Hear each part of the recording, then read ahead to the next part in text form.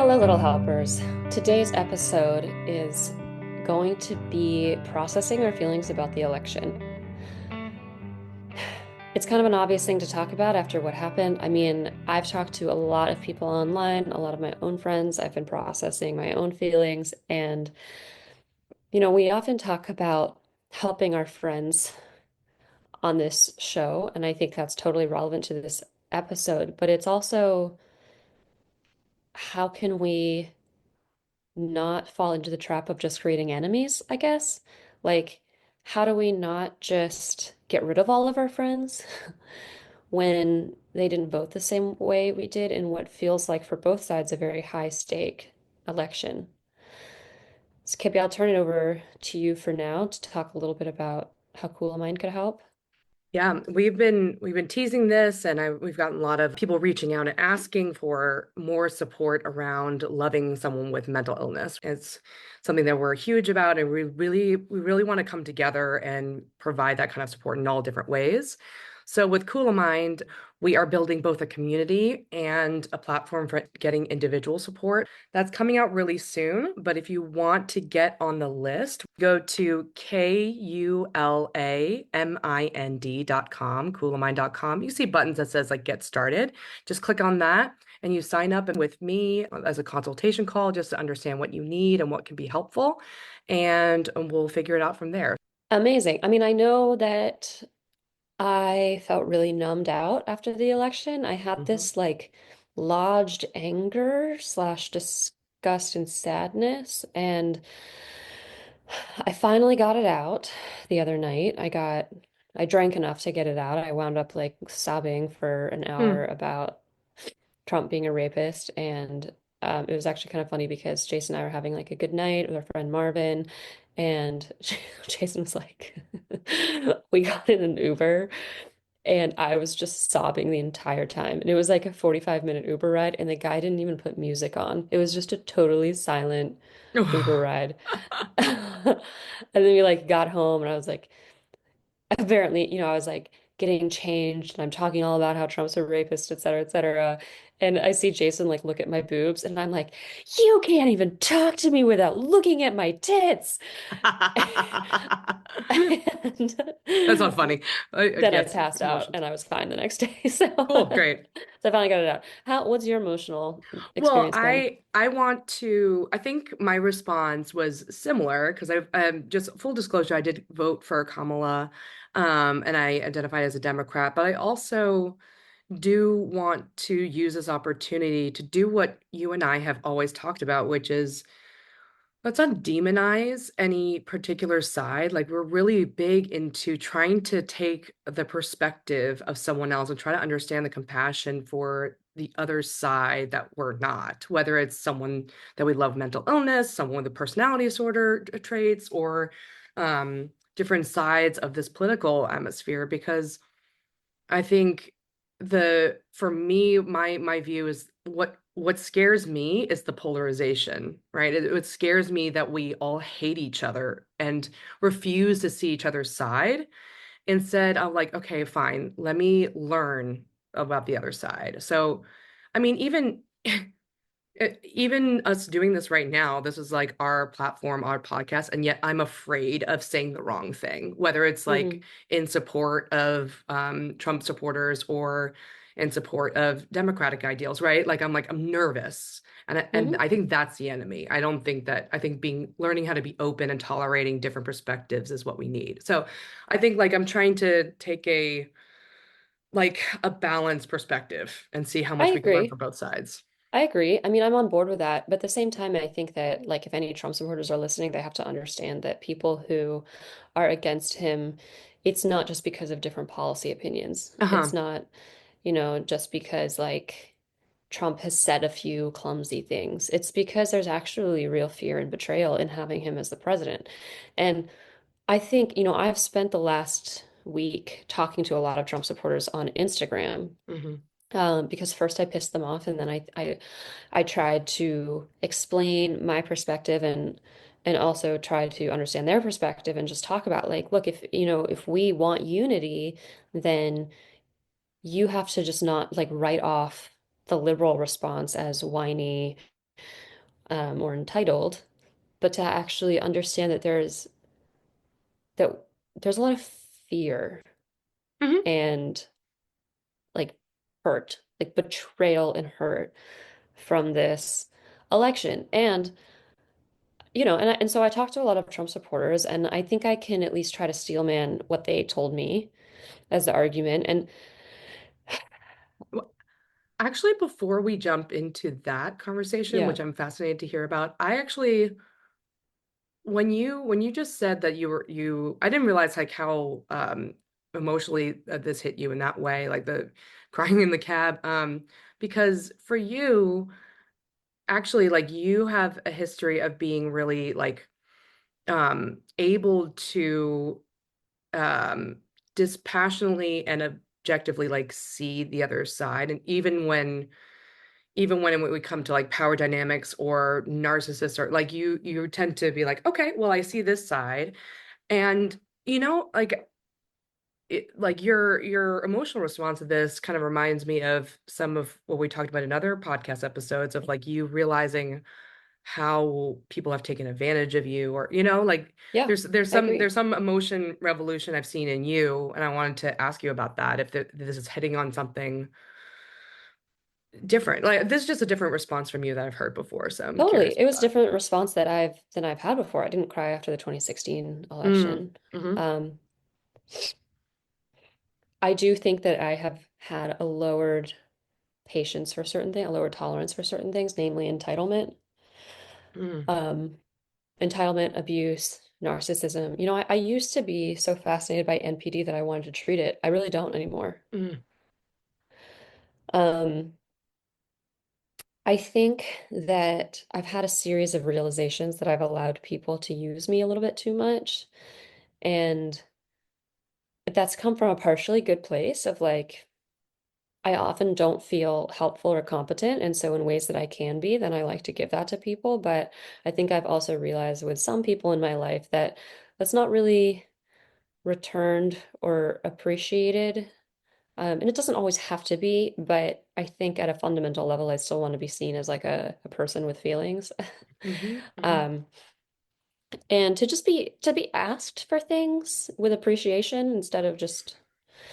And anyways, I think a lot of this had to do with my last relationship and realizing that if I wanted to save myself from future relationships of that ilk, that I might have to change a few things. And I also think it has to do with my current relationship of being in a really great relationship where Jason has turned on its head a lot of the beliefs I had, or maybe the expectations I've had for men. And now I have much higher expectations for men Mm-hmm. because I've seen that they can be met. Mm. And so I Interesting. think with Trump, and also in my last relationship, I would say I experienced some level of like sexual abuse. Mm-hmm. At the very least, just like Yeah. extreme sexual entitlement. Yeah. And Yeah. I think for a very long time in my life, I was just like, you know what? If I can get over something, I'm going to get over it because what's the alternative? And I don't know. I wonder if a little bit of that has gotten lodged in me. Um, I think with Trump, I was actually able to accept that a large number of people would vote for him, even given the sexual assault allegations. But it was the fact that he won the popular vote, that actually a majority of the country, or at least of the voting population, um, was willing to elect a rapist to the White House. And I'll talk about that from a Trump supporter perspective in a Mm-hmm. minute, Mm-hmm. Mm-hmm. because I don't think that's how they would put it, right? So I don't Right. want to Right. I don't want to just like create these accusations, but from my perspective, sitting here, it's like 27 women came out.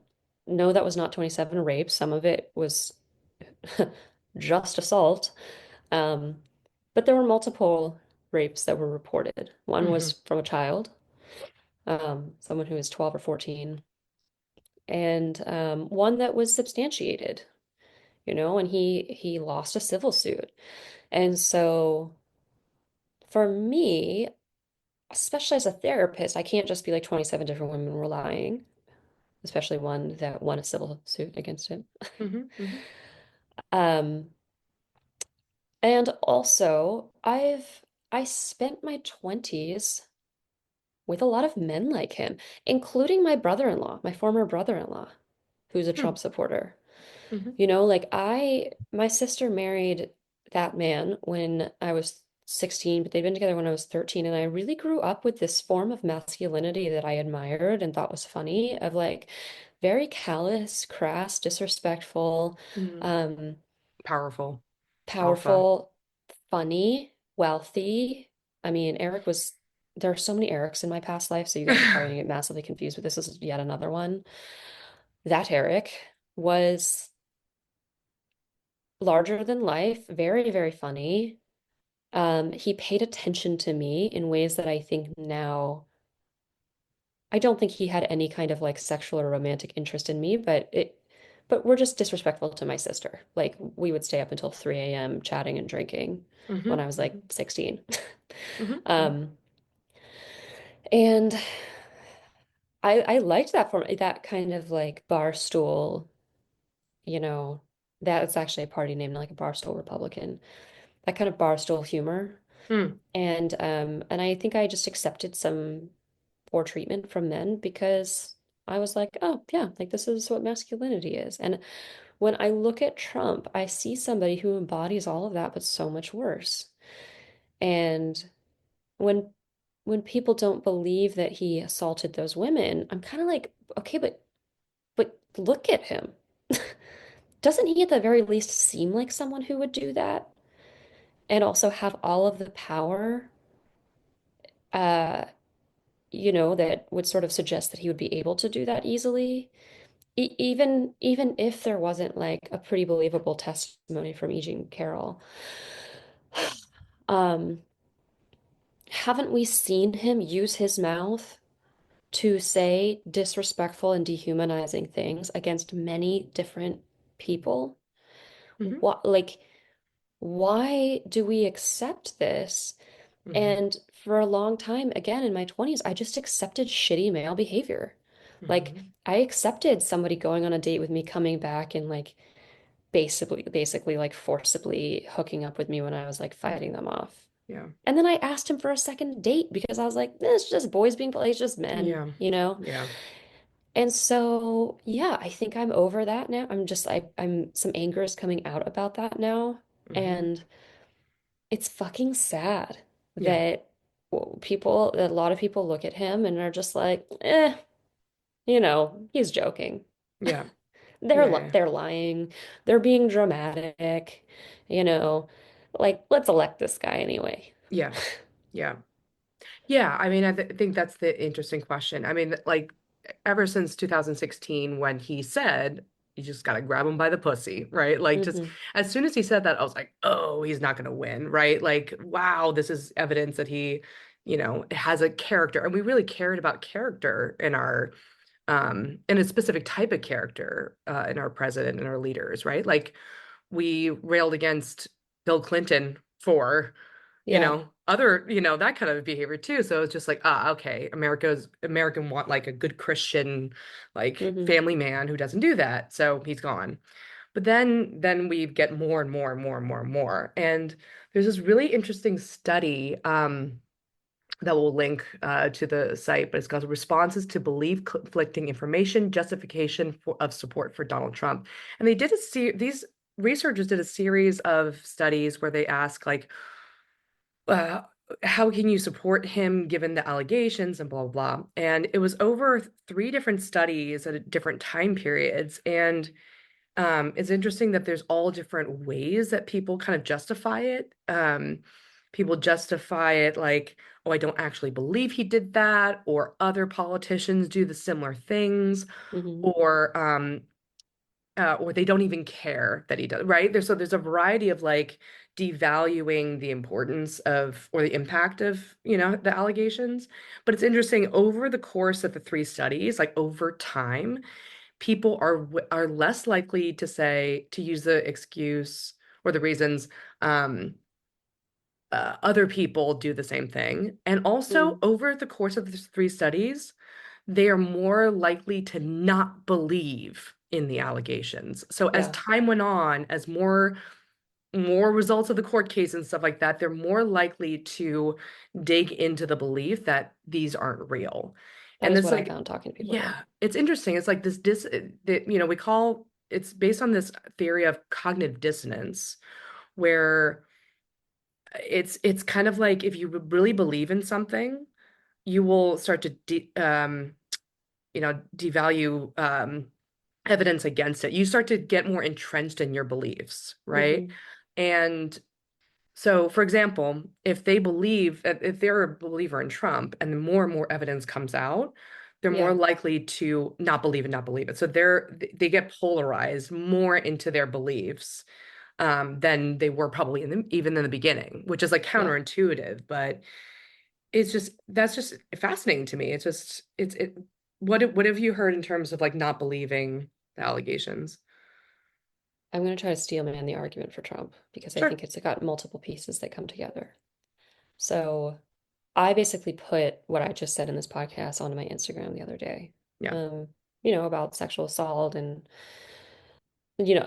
so a follower of mine had said, like, he won the popular vote. Maybe you're the one who's not living in reality. And that really struck me because I was like, yeah, you know what, you're right. The reality I thought I lived in was one where people cared about rape and they wouldn't put a rapist in power over half the country who are women. They wouldn't want to do that. They wouldn't want to subjugate women that way. And that's not true. That's what I figured out. Is like that's the reality is just not true. So that's the Republicans that talk to me then would respond mostly with, I don't believe he did it. Hmm. However, so the reasoning, I I think this seems to all go back to some really deep distrust towards what's deemed the establishment. Hmm. Hmm. And for Hmm. whatever reason, Democrats alone seem to be responsible for the quote unquote establishment. Right, right. Um, and a lot of this, I believe, is due to two factors. One is that Trump sowed distrust in the media, and the other is that the media sowed distrust in the media Hmm. through like worsening and worsening bias that Trump was able to pick on and blame on the Democratic-led media, which is interesting because Fox News, I believe, is what the majority of Americans watch, and Hmm. it's Hmm. Republican held. And the bias in Fox News is just astounding, Hmm. So I don't entirely know how this has become an only Democrat problem, but whatever. Maybe they wouldn't even say that. Maybe they would say all big media is biased, it's a problem, and Hmm. you can't believe it. Hmm. Hmm. Which, by the way, I think I read an analysis that one of the reasons Trump won is that he actually didn't use the establishment media. He wasn't big into debates, which, Democrats have an explanation of, but Republicans have a different explanation of. He instead went on Joe Rogan. He went on like multiple huge YouTube Yeah. Yeah. podcasts Hmm. where there is a very large audience of men. Um, and where they are long form. Obviously, we're a fan of the podcast medium, and you are able to get to know them in a way that is unscripted. Mm. So basically, the idea is like the establishment media is inherently untrustworthy. And and then also there were different kind of conspiracies that people were able to point to, like Hunter Biden's laptop, or there were like many Democratic officials joined together to lie about this. Hmm. So why is it out of the realm of possibility that these 27 women would be hired by Mm. Democratic Interesting. establishment to lie about Trump? Now, I will say one of these accusations came out before he ever ran for president, okay? So I'm not sure how that fits, but regardless, the point is they see, from what they've told me, they see all of these accusations against Trump as the Democrats being scared and using corrupt means to get him out of power and to put him in prison. And so every new allegation that comes up gets put through that same machine of I inherently can't trust this. Hmm. And all the Democrats are doing is making me further distrust. them and any allegations they make. Yep. Yeah. So, so that's one piece we can talk about, and then there's other stuff I can try to Yeah. steal man as No, well. I think that the what you're saying is Democrats were representing the establishment is a really key point. I think that if I was less, I feel like I know Trump. Like we know Trump in the public sphere. I already have my view of him. Hmm. But this really made me turn to really try to understand the Trump support, and be like, okay, I'm going to turn away from this guy and turn to the people who are, because there's something about this country that is like bubbling that he gives a voice to, and I think feel Yeah. like he does something and represents something for people that is important, so important that people are willing to just Hmm. not even cancel him, right? Because of this. Hmm. So there's something about like, what is that? And I read this really good article in Atlantic that was talking about what you were saying, which is the the Trump support movement is really energizing. Hmm. There's a ton of social media, like influencers now, like the Jordan Peterson, like there's all these different like grassroots, if you will, like for the people, entertainers and speakers, and it's like it's uniquely activating, right? Hmm. We've talked on this podcast so much about the problem of people avoiding, right? Like kids don't want to go to Hmm. school, like I bet a lot of kids didn't vote, which is a big issue, right? So like there's a lot about the democratic culture that's about censorship and about being Hmm. and restraint and using ethics and curbing bad behavior, right? It's a lot of like even their platform of Kamala being like, can you believe this guy I'm running against? What a jerk, right? Like there's a lot of like elitist, intellectual, like I'm an establishment and we are like above. Right. Yeah. And like I'm at fault. Like as soon as I hear anything about Trump, my automatic thought is they're dumb. Hmm. And then I'm like, where is that coming from? Like that, what am I basing that on? Like Hmm. that's it's just like it's become a culture of condescension, which is Yeah. so unappealing. It's so even I find that off-putting, right? But Yeah. in the Trump support, You it's know like, I do. let's change, let's do something, right? Even if it's like led by someone who's like nuts, right? Like it's just like it's more activating. And I do hear more of the youth who are like jazzed up to do something are like right-leaning. Hmm. So I think That's that interesting. we've kind of forgotten to, I mean, that was something that like Obama did so well, was like garner like movement and like Yeah. and like a feeling of if I elect this guy, things are going to change. I don't know if I like him. I don't know what he's like in his personal life, but Yeah. I want something different and I'm angry. I'm angry that like This is an COVID and all this exciting stuff happened? This is an exciting topic because I think it connects well to other things we've talked about on this podcast. Hmm. So I think the first thing is what's been going on with men and boys. Hmm. Um, I mean, we had Jared Glenn on and we talked about economic and social and cultural shifts. Yeah. And I think that the Democrats have uniquely failed in all of these ways. Hmm. So the economic shift is losing a ton of, manufacturing or blue collar jobs overseas, and that vacuum basically being filled with the opium crisis. So in West Virginia, which is a hot seat of the opium crisis, and where I'm from, the coal industry has largely collapsed. Those people don't have any other skills. What are they going to do? There's nowhere to go. There are no jobs. Um, there's an extremely high illiteracy rate in West Virginia, extremely high, like extremely poor health outcomes. And so you have the Democrats who are uh, well, A, ignoring the problem, and then B, disparaging men at any chance they get. And then you have Trump, who's an old school masculine figure Hmm. Hmm. who pays attention and says, we're gonna bring these jobs back. Hmm. So I understand why a large swath of the population is willing to vote just on that alone. I think culturally, Hmm. the Democrats are just straight up fuckheads for like 8 straight years. And I hate them. Yeah. you know? And I'll give up my political leanings right now. I don't, yes, you and I both voted for Kamala Harris, but I do not consider myself a Democrat. I don't consider myself a Yeah. liberal. Maybe I'd say Hmm. classical liberal or libertarian. I don't have very strong political leanings because every time I think I know anything about a topic, Yeah, I me talk too. to any person who's opposed and learn how much I don't know. Hmm. Hmm. So, whatever. I try not to get too cocky about like politics. But the point being, I was actually a John McCain and Mitt Romney supporter Hmm. before um before I was a Hillary Clinton supporter. The only reason I really liked Hillary Clinton was because I hated Trump. Hmm. So I just want to say, like, it's not that I see the policies between the two of them and think that the Democrats are clearly the winners. Like they've clearly got their fingers on the pulse. Hmm. Like I have a long history of disagreeing with Democrats. I happen to be extremely pro-choice, and so Hmm. when a social issue like that becomes threatened, then I'm likely to switch over to the Democrat because I'm used to hating both sides, basically, Hmm. and also a Hmm. little bit liking both sides. Um, so I understand from a policy perspective why somebody would vote for Trump or just the Republican Party generally. Like that doesn't offend me at all.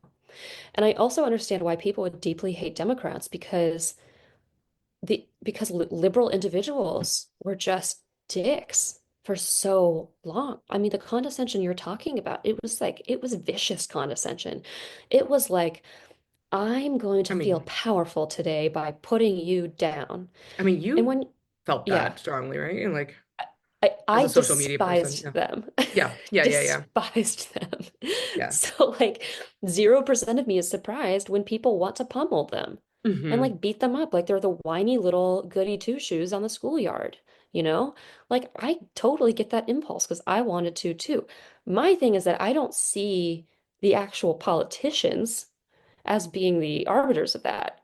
I just see that as more like social, like fuckheads on social Yes. media, Yeah. Hmm. you know, being vicious. But whatever, it's all in the same soup. That's the base. Like I could understand wanting to punish the base. I had a patient who I saw on Wednesday and I was like, how are you feeling post-election, whatever? And he's like, I feel great. He's like, I was gonna feel great either way. If Trump lost, I was gonna get to see redneck tears, and if Kamala lost, now I get to see liberal tears. It's great. And it's like that, you know what? I mean, I'm some of the liberal tears you're talking about, but I also get it because they've been so annoying and dehumanizing, particularly towards masculinity. Hmm. And Hmm. my Costa, our friend, he talked to me about, I think it was like Kamala Harris's campaign website, and it had a section that was like, who our campaign is for. And it was like Black people, Asian people, LGBTQ plus, women, every demographic you can imagine except one. Guess what one? Hmm. White mouth. Not even white males, just men. Hmm. Yeah. Men were not listed. How could you leave out 50 fucking percent of the entire population when you say who your campaign is for? Yeah, it's also like if you picture from like the Democrat, I mean, we're talking about actually right now cultural, like the cultural divide. When you imagine what a democratic culture would say is a man, and shows masculinity is someone who is so self-monitoring for saying bad things, right? Like someone Yes. who is like so almost like pre-ashamed, like self-deprecating, careful to say the right thing, lots of trigger warnings, lots of like disclaimers and a lot of, right? It's someone who's like Hmm. censoring himself really well. Hmm. And on the other side is someone who's charged up and ready to fight, Yeah. right? Which one's going to be more appealing and which one, like, I think the other misstep is, you can have a campaign that disparages women because women are used to it. We haven't had power that's so true. Yeah. ever, but you can't take a population that has been in power since the beginning of humanity and then all of a sudden take it away and not expect them to be like, what? Yeah, there was another interesting article that talked about like what is the sentiment behind the Trump support, and one of them was feeling disrespected, Yeah. right? So it's like white men or like different parts of the country feel disrespected, feel like people think that they're dumb or they shouldn't have as much power, like we should lift up these other groups, and take away their power, right? And which is understandable, right? It's understandable that you'd want to fight against that. The interesting thing that that article talked about was like, if you look at it objectively, the stats objectively, that group, like let's say the white males, young white males, they're not disrespected. They still, of course, Hmm. have most money, have the most power, have the most influence. Like they have the most mainstream still, Have and the yet they've means. yes, and but they feel more disrespected. So it's kind Hmm. of like feeding on the feeling that everyone wants to be seen now, right? Like, Hmm. think about all of these different movements, Black Lives Matter, Me Too. Everyone's like, look at me, look at the pain that I've been struggling with silently. Hmm. But when you have this group that is still in power and feeling that, that's a recipe for like them fighting harder, right? Like if you have Well, your boss upset that he's not doesn't have enough power, he's gonna get more power, right? yeah, yeah. Well, I mean, I think there's many kinds of men, but like I'm just going to bucket them into two camps. One Sure, yeah. is the men who are told that they have all the power, but actually don't because their Hmm. industry has been erased and they're fucking poor and they can't get a woman and um they're told over and over again that they have got all this privilege and actually they don't, so they're like, how dare you say this to me? And then there's the men who do have the power, but the thing is that they feel entitled to it because they've always been entitled to it, so suddenly you take it away and it's like, wait a minute, I'm entitled to that, versus other groups are like, yeah, I was never entitled to that, clearly. Hmm. Not sure Hmm. why, but I'm used Yeah. to it, I guess, so this is no surprise. I mean, when I was just sitting there thinking like, I guess I was like, I can't believe how disappointed I am in finding out that we live in a reality where a man can rape women and um people just fundamentally are like, yeah, that sucks, but the grocery prices are high. It's like that was my quote unquote, I hate this fucking word, but privileged realization as a white woman. Like, if you're any kind of minority, you already know that's the case and you've lived under that forever. Yeah. And so it's just yet one more piece of confirmatory evidence. Um, but yeah, I mean, I think Donald Trump coming out and basically being like, I'm a man. I don't give a fuck what you think about me. I'm not going to watch what I say.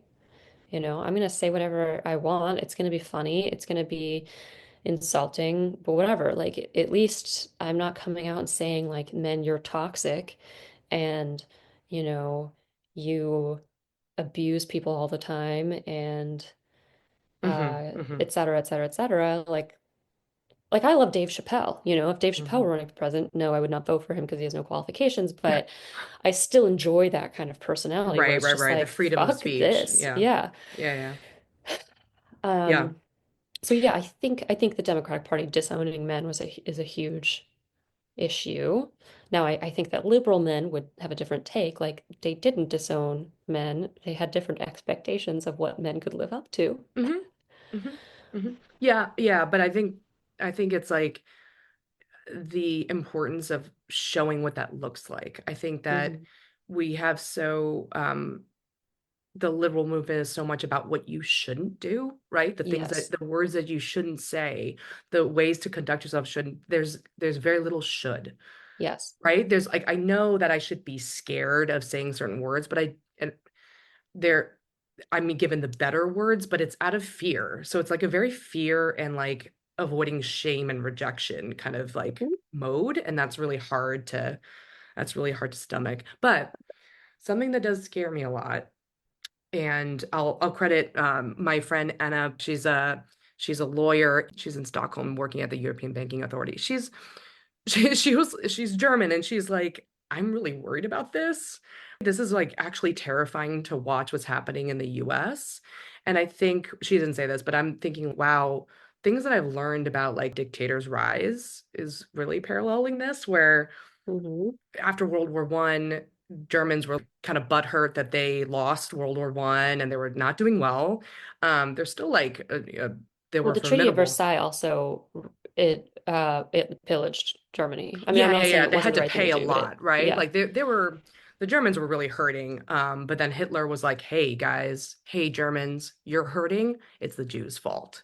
And they Yeah. were like, "Yeah, it is." And so kind of like garnering this, I'm disrespected and I want to get my power back. It's a really fiery and it's a big like seed for dictatorship, Hmm. which is scary. And my friend Anna was like, the hope, the what we've learned in history is like independent media and having like open discourse and not letting one voice dominate the public voice is really important. So the conversations like that, I'm like, oh God, where are we going? Oh, it's so scary, and not because of Trump, not because of like, it's just because of this, like, the hatred we have for each other, which is scaring me. Like the hatred to the Yeah. point where we're so, I just started watching again, like the movie Civil War. If you haven't seen it, it's Uh, so I've good. seen But it. Yeah.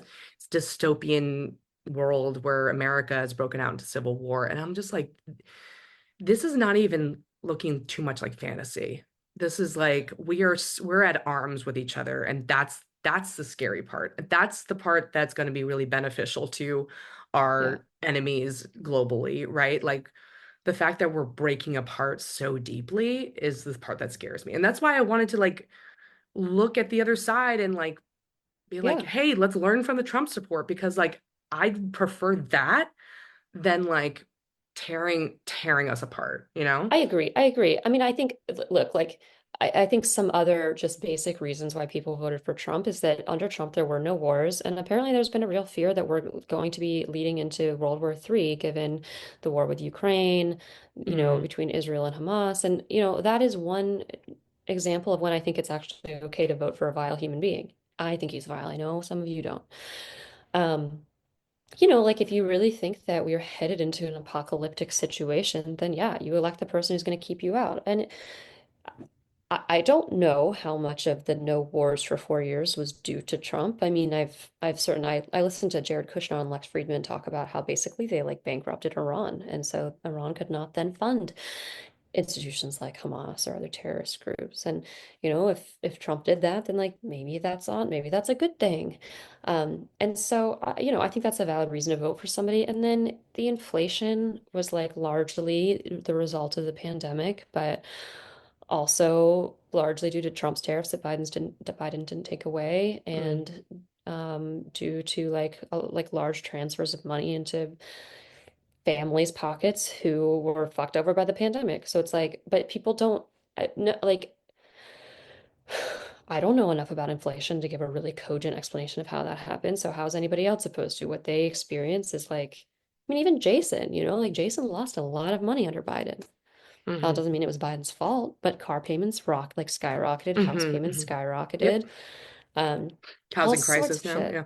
Yeah, yeah, yeah, all sorts of shit was bad. And Jason's lucky enough to make a high enough income to where we can keep our basic livelihoods. But if you live on the hmm margin of that, Yeah. you can't. And so who are you going to vote for?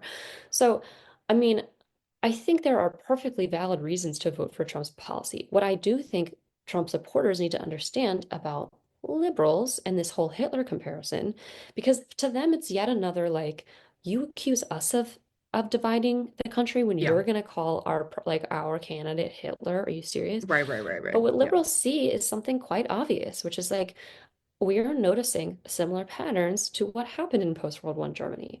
Now, maybe these patterns have also happened in many situations where nothing bad happened.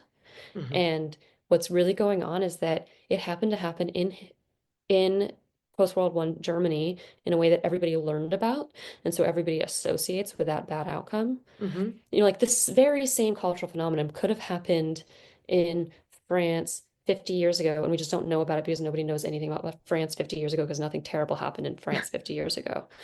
So, but we are seeing a clear association, but we're also seeing things like January 6th. We're seeing that Trump would not accept the results of election, that he constantly called it into question, that he sowed doubt and distrust in our electoral system and the basics of our democracy, that he incited a riot on the Capitol, that his supporters wanted to lynch the vice president for not doing what Trump wanted him to do.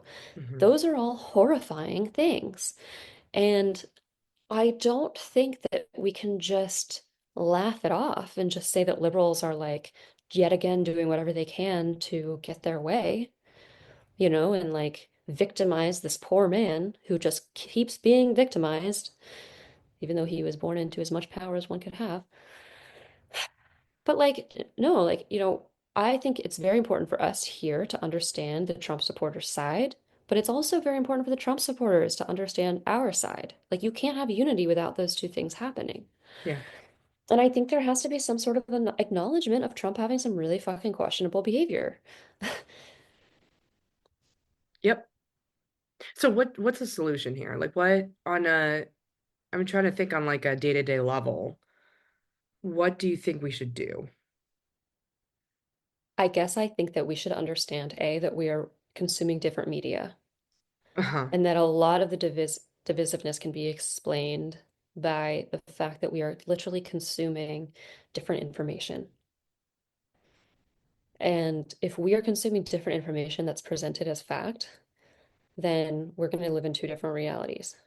And in order to try to conjoin our realities, we have to have some basic trust in human beings that the vast majority of us want the same basic things and that we are inherently decent. I feel like there should be like now AI or like really dedicated accounts or media that's just like we're going to distill the common factor among like almost like a Rotten Tomatoes of media just like what are we talking about in common that we know that both sides are saying and just like filter out all the other bias. I think that would be Hmm. awesome. Yeah, I mean, I think That's not people going to be basically popular want because people want to hear the bias, but you know, like, but I think people basically want health and safety and respect. mm-hmm, Um, mm-hmm, I think people basically want peace and they want to be able to have the freedom to say what they think. I mean, this was another big point against Kamala Harris I heard about is that she was so establishments, she was such a Democrat that she never came across as authentic once. And I mm-hmm, think the reason she never came across as authentic once is because everything she said got torn apart and she was called dumb and stupid and unqualified all the mm-hmm, time. mm-hmm, She had to be very careful, but Trump came across as exceedingly authentic. mm-hmm, mm-hmm. And he Yep. had 3 hour talks on Joe Rogan. Mm-hmm, yeah, yeah, So the name calling and the inherent disrespect, I mean, I hope it can go down just so that people can fucking speak again. yeah. I mean, I don't know how you can say that liberals are the only condescending ones when you look at a woman who was a federal prosecutor, a US senator and vice president and say that she's unqualified for the presidency Yeah, or that she's stupid and has a low IQ yeah. when she beat Trump in the debate. And it was pretty objective. Um, so I mean, we gotta cool it with that shit. Mm-hmm, mm-hmm. Yeah, I would say that like finding respect for the other side and finding respect for just what the other side has to say or like both sides have to say. And stop like I mean, but that's the thing. That's like that's another part of the article. Like we're just so angry that we're latching on to angry rhetoric. And I mean, God, I mean, talk about how many times that we've watched reality TV just puts like just to put hate somewhere, right? Like Mm, I remember that our at Duke, our lovely supervisor, Dr. Batson, was like in the beginning of like I think it was the beginning of COVID or beginning like around the pandemic, he was just like, watch, there's going to be a lot of um just like floating anxiety. Like mm, we're coming into crisis right now, and there's no like person to blame. There's no like clear enemy. It's just like the world is changing, and we don't know why or how or what this means, and we're scared. mm, And so, and then like now we have all these terrible wars. It's like there, we want to have a hero, right? And we mm, want to also have an enemy. That's just human nature. They want a god and a devil, right? And so we're finding that in each other, and that's just so toxic. That part is toxic. Instead of just being like, I'm scared because I don't know how we can afford a rent. I don't know how we can like build a family in this, right? yeah. I think I'm struggling and a lot of other people are struggling with this dilemma though. At some point, everybody on earth has to draw a line with other people of what kind of behavior and attitude they're willing to tolerate. Mm-hmm. And I think a lot of Democrats are in a position where they look at a Trump supporter and they say, okay, you must be at some level okay with tearing families apart, with making immigrants the enemy, with dehumanizing other people, with accepting rape, you know, with accepting like various forms of dehumanization. And I am not okay with that. And so, how can you and I find common ground? And what Right. is the cost of that? Right. When I think about like I would like to watch Donald Trump on Joe Rogan. I started it, I would like to finish it. A lot of Trump supporters are telling me like have faith, it's gonna be okay. And for me the problem is I actually feel a sense of danger at the idea of watching Trump and trying to trust him. Because for me, that is like looking at my ex-boyfriend and Yeah. saying, let's be friends again. Yeah. How When about I know the profile. yeah, yeah. How about this? It's kind of like how we would tell our patients when they're like, why am I cutting myself? Why am I doing drugs? Like I can't, I keep getting drawn to it. The way Mhm, we think about it is, okay, we know that that thing that you're drawn, you're like can't help yourself and keep defaulting on, it has like negative consequences. Like there's something in your mind, even if you're like in the moment willing to overlook those bad things, is like these things have bad consequences, right? Like drugs are bad for you. mhm, But let's look at why you were drawn to it. Let's look at what it gives you and try to mhm, find healthier ways where mhm, it doesn't involve the bad stuff, right? So like looking at what does Trump give people? What does that movement, what is so appealing about it that it feels like it's filling a need? And how can we mhm. do that without someone with all of this like, troubled past and questionable behavior? Like I'm not talking Yeah. about just politics, right? I'm not talking about just like the person. I'm talking about like, can we get action and change and um activated, find a place to channel our anger that doesn't involve also like abusing women. Um, Yeah, I think embedded in what you're saying is I, it might feel unsafe to or against our values to see the humanity in the other side. But what are the consequences of that? mhm. Yeah. If the consequences of division are actually that the world gets worse, Hmm. then do we make a different choice? Do we say, me to Trump supporters, hey, we fundamentally disagree on some things, but I'm also going to choose to believe, because I can't just believe that the majority of the country are assholes, just because they don't vote like I do. Am I going to choose to see like I know that your party is made up of decent people. I know that your party, that your supporters, whatever, are consuming different information from me, and that therefore it is completely legitimate that you would draw different conclusions than me. I know that people who voted like you are living in some similar cultural realities as I am, one of which is that we've actually normalized and accepted sexual assault to such a degree that this is unsurprising, and that doesn't mean that will never change. And another is that you live in different cultural realities for me, which is while I can take a hit on gas and food prices, maybe you can't, and maybe Hmm. I need to accept that, you know? And I can have a fundamental trust in the human race to know that certain circumstances can push people to nasty behavior, but one of those is division and condescension and pushing people away. But its base, like all people are decent and want nice thing, like want good, healthy, beautiful things. And if we can come together instead of pushing each other away, that's more likely to come out. And a Trump supporter might look at us and say, instead of you elitist, condescending Hmm. motherfuckers who Hmm. won't let us say or anything and who are essentially hypocritical, you were willing to elect Bill Clinton even though he had valid sexual assault accusations against him. You were allowing to elect Ted Kennedy, even though it was a similar situation. Hmm. You allowed the Hunter Biden laptop fiasco to go down without much of a Hmm. whimper, Hmm. you know? Maybe there's some legitimacy in what you think too. Maybe you're scared. Maybe you feel betrayed. Maybe you're hurt. Maybe you're seeing things in a different way that I'm seeing things. And I'm going to say the same thing to you. We have basic human decency as long as we aren't at odds with each other, as long as we aren't at war and therefore trying to protect ourselves. I guess that's the best I can do. Yeah. Yeah. Yeah. I think just more like trying to understand the other side. I mean, the thing is that d having that stance is hard right now because right now emotions are high.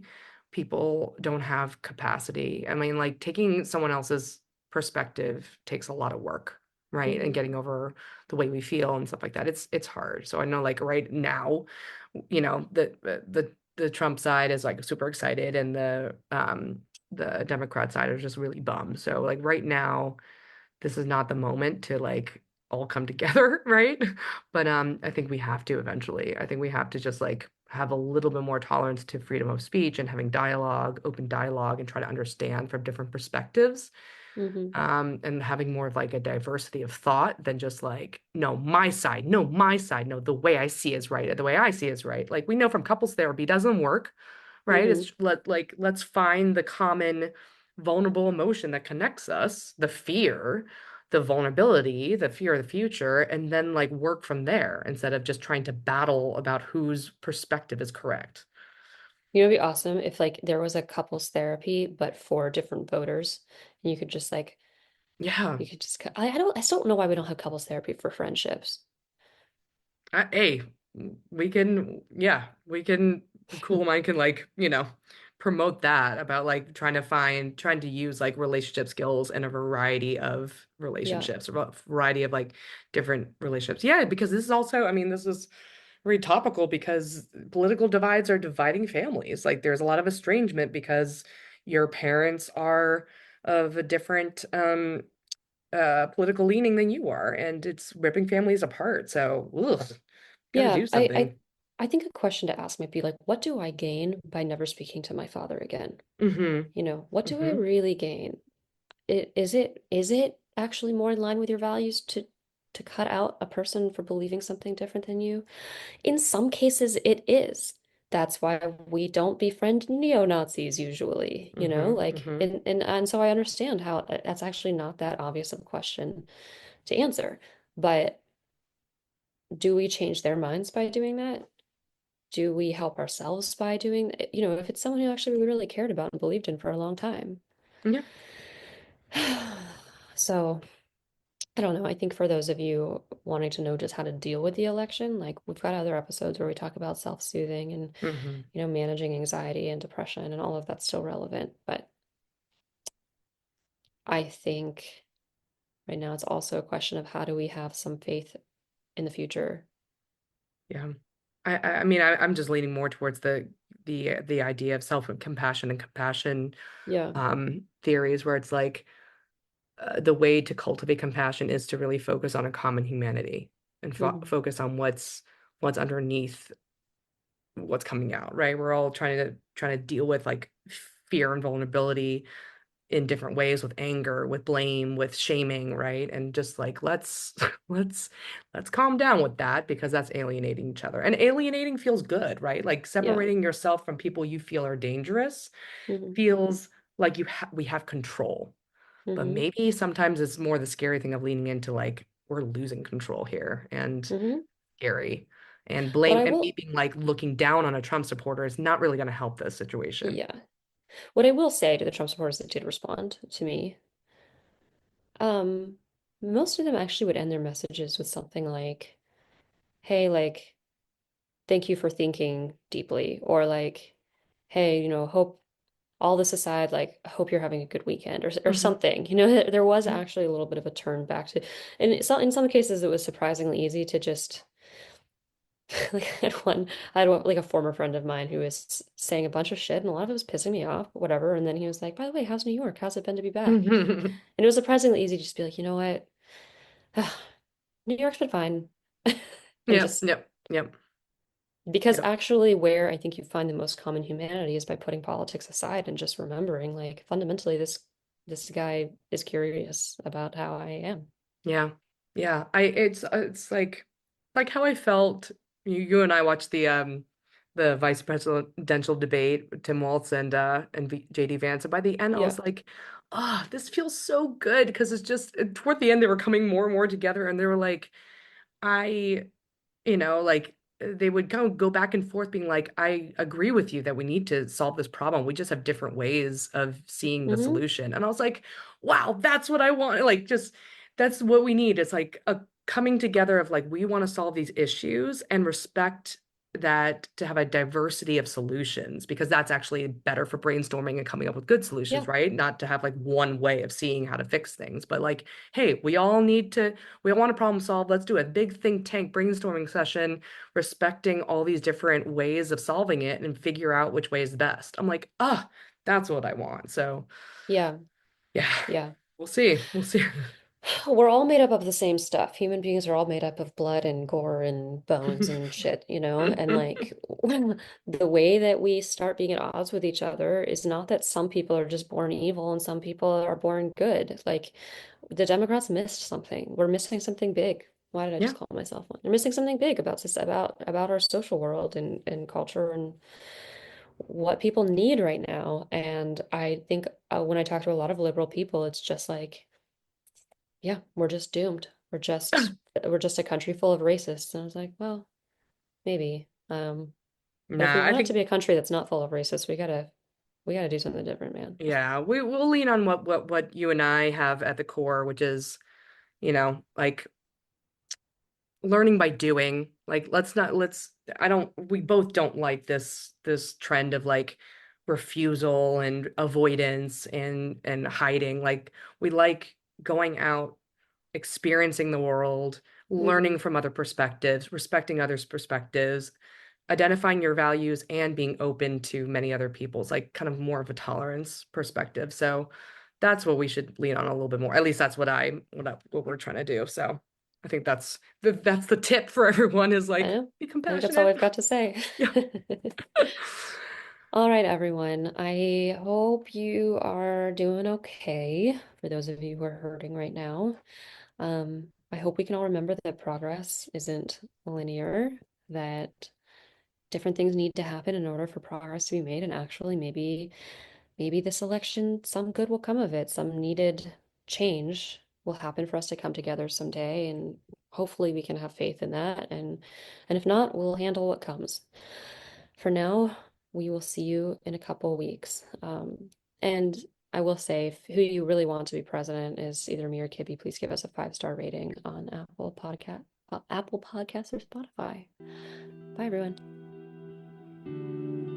By accessing this podcast, I acknowledge that the hosts of this podcast make no warranty, guarantee, or representation as to the accuracy or sufficiency of the information featured in this podcast. The information, opinions, and recommendations presented in this podcast are for general information only, and any reliance on the information provided in this podcast is done at your own risk. This podcast and any and all content or services available on or through this podcast are provided for general, non-commercial informational purposes only and do not constitute the practice of medical or any other professional judgment, advice, diagnosis, or treatment and should not be considered or used as a substitute for the independent professional judgment, advice, diagnosis, or treatment of a duly licensed and qualified healthcare provider.